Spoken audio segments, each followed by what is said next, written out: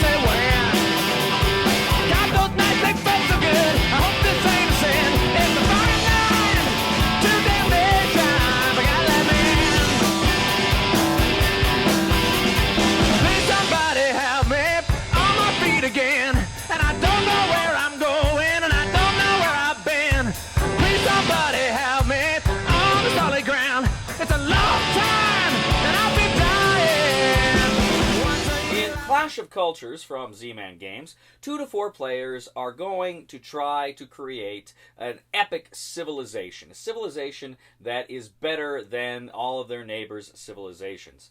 Now, essentially, when the game starts, players are going to be in a revealed tile region. But there are many different tile regions in between them that are going to be under kind of a fog, a cloud. And as you move into these regions, you can explore them. Now, as you explore, you're going to encounter different terrain. You're going to encounter mountains, you're going to encounter fields, you're going to encounter deserts, you're going to encounter water. And when you flip these tiles over, you have to make sure your fellow can move into that tile, so it can't be water. But you're going to try to orient it so the water matches up with other waters, and you're going to create bodies of water there. Now, essentially, the game plays over the course of 6 rounds. Now, each round consists of 3 turns. During a turn, each player will take 3 actions. So essentially, a round consists of players taking 3 actions over the course of 3 turns. And at the end of the round, you're going to do some housekeeping. But what you can do on your turns, first of all, if you have a settler unit, you can found a city. You can build a city somewhere on the board. You can also, on your turn, you can do technological advances, meaning if you have the resources to pay for it, you can actually create some new scientific breakthrough. And these are going to be very important in the game. In fact, a big part of the game is the tech in this game, and the tech that allows you to develop new and cool things and allow you to do new and cool things and avoid some pretty scary things.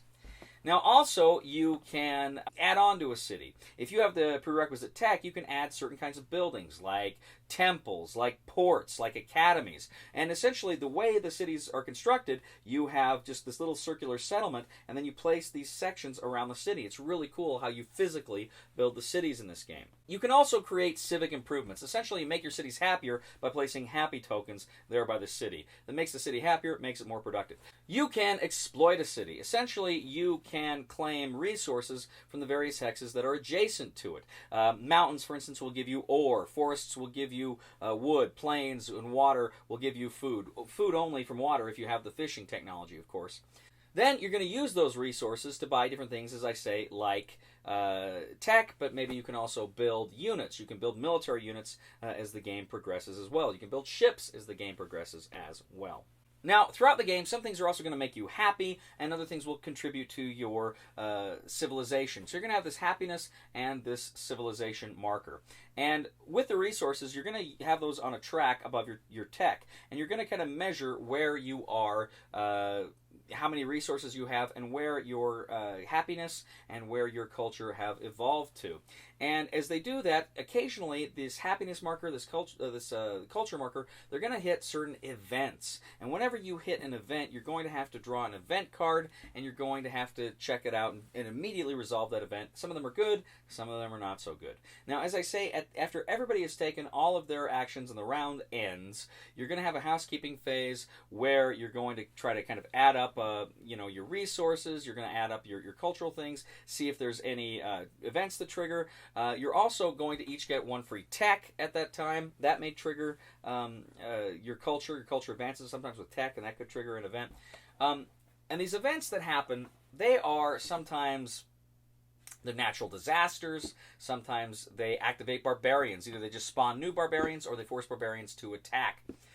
Sometimes they can be good things. You had a good growing season. You're going to get more food. Sometimes, it's bad. There's famine. You're going to have less food. Or there might be a plague or some other nasty thing like that. Most of the cards were pretty nasty. There's a few good ones in there as well. Now, also, there are various wonders that you can build. At various times, things will come up where you can actually build wonders. And the wonders require so many resources and certain techs, and they give you quite a bit of a bonus and sometimes some persistent advantages as well. Now, what else is cool about this game is you're also going to be drawing action cards, and you're going to be drawing objective cards. Now, action cards let you do fun and interesting things throughout the game. They may let you hire some of the barbarians that are on the board to go attack another player. They may give you combat bonuses, things you play in combat to maybe give you an extra dice or something if ever you're attacked by an enemy, or you attack an enemy, or barbarians attack. And those are really cool too. The objective cards are cool, and the objective cards have kind of two sections to them. And they're two different objectives, and if you accomplish one of those things, you get the victory points for completing that card. And you're going to check those after every round. Now, after all 6 rounds have been played, you're going to add up your victory points from everything you can. Your victory points are going to come from things like how many objective cards you have fulfilled, how many wonders you have, and things like your tech.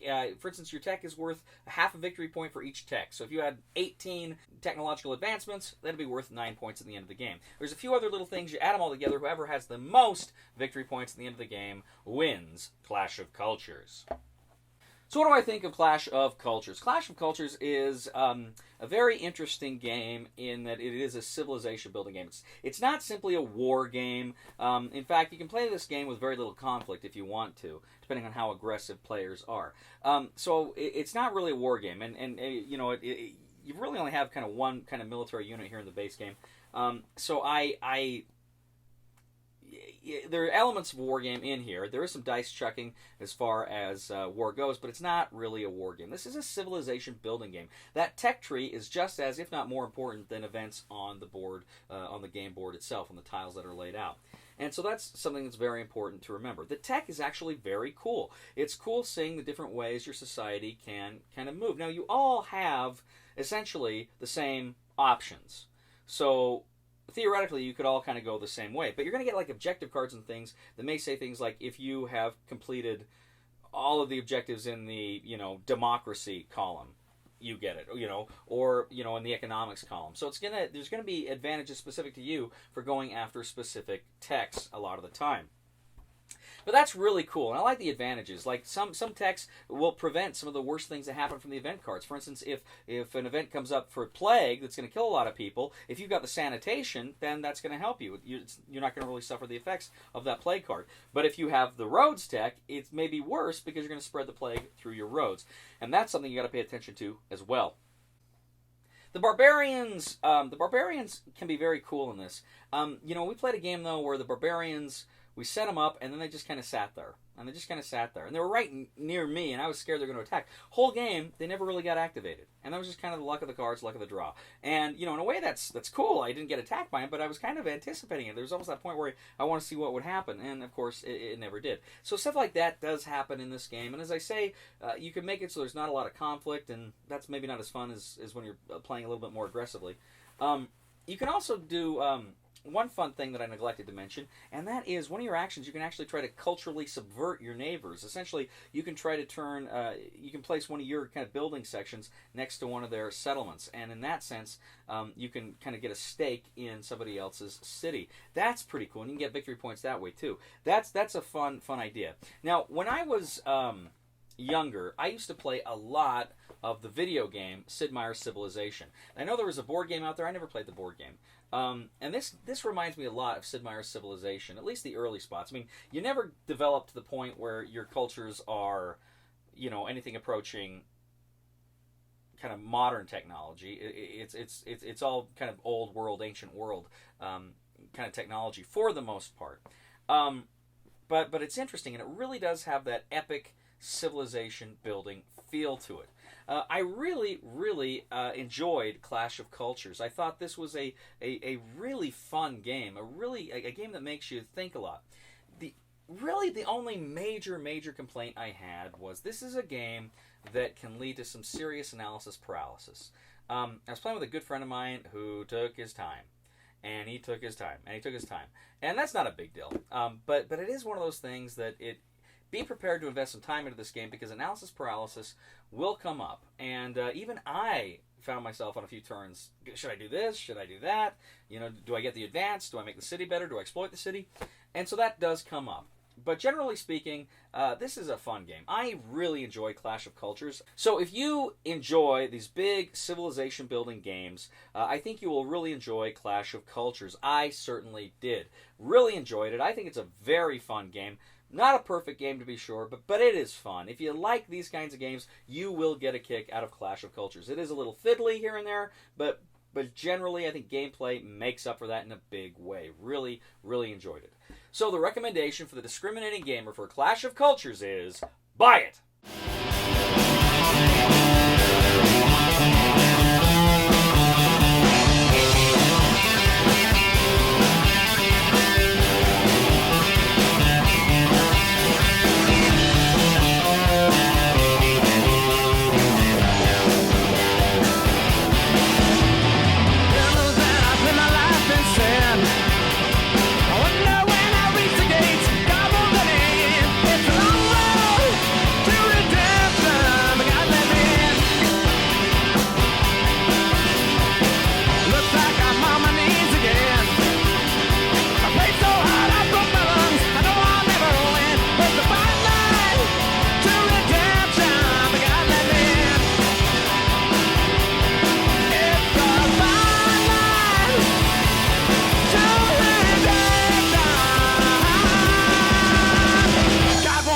Just let me in. Thank you so much for joining us today on The Discriminating Gamer. My name is Cody. We ask you to go ahead and leave a comment here on YouTube, on Facebook, on Board Game Geek, on our website, thediscriminatinggamer.com. We'd ask you to please like us on Facebook and subscribe to us on YouTube. We are The Discriminating Gamer. And if you like those kooky Clash of Cultures, you might want to read The Evolution of Civilizations by Carol Quigley. It's pretty good theory about civilizations. Seriously, read it. Please somebody help me on my feet again, and I don't know where I'm going.